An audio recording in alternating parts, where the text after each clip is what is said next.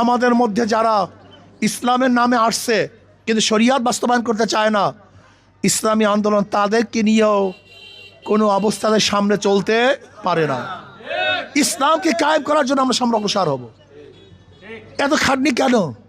অন্য দলে যাবেন, চাঁদা দিবে, পয়সা দিবে, এখানে আসছেন নিজের পয়সা দিয়ে, নিজের খরচ দিয়ে। কেন? আল্লাহর জমিন, আল্লাহর হুকুমতকে কায়েম করার জন্য। যদি শরিয়াত বাস্তবায়ন না হয়, এরকম সংগঠনের কোনো প্রয়োজন রায় থাকবে না, হতে পারে না। ইনশাল্লাহ আগামী যুদ্ধে লড়ার জন্য সবাই প্রস্তুত আছেন তো? ইনশাল্লাহ কই হিম্মত তো আমি দেখছি না। ইনশাল্লাহ আস্তে করে রাজি আছেন তো? ইনশাল্লাহ ঘরে ঘরে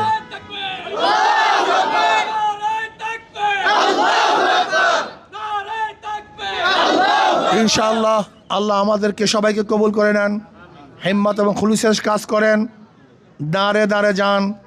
তবে আমি শুধু একটা ওয়াদা দেব, যদি আল্লাহ পাক আমাকে কবুল করেন, এই কনস্টিটিউশনের মধ্যে কোনো মিথ্যা মামলা আশা করি হবে না, হতে দেব না ইনশাআল্লাহ। কারোর বাড়িঘর ছেড়ে পালিয়ে থাকতে হবে না ইনশাআল্লাহ। কোনো স্ত্রী তার স্বামীকে দেখবে না, এটা হবে না।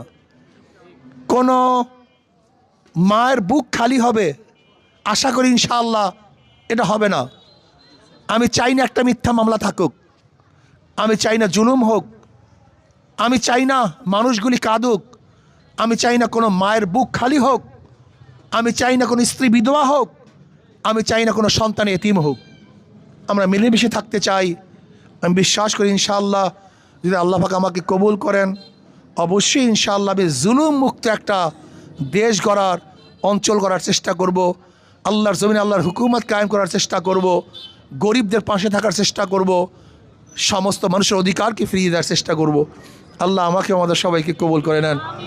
নয় সমাপ্ত কর্মমোদের অবকাশ কোথায় বিশ্রামের, আজকের থেকে ইনশাআল্লাহ দাঁড়ে দাঁড়ে নামতে হবে, ঘরে ঘরে যেতে হবে, মানুষকে বোঝাতে হবে।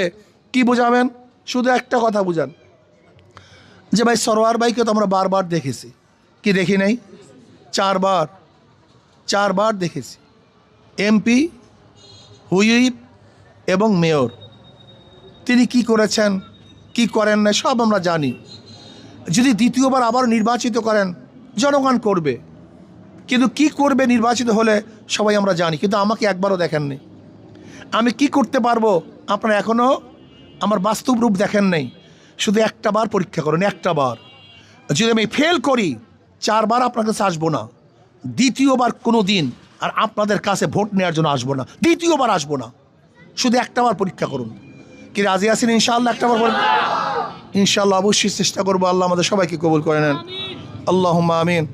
রব্বানা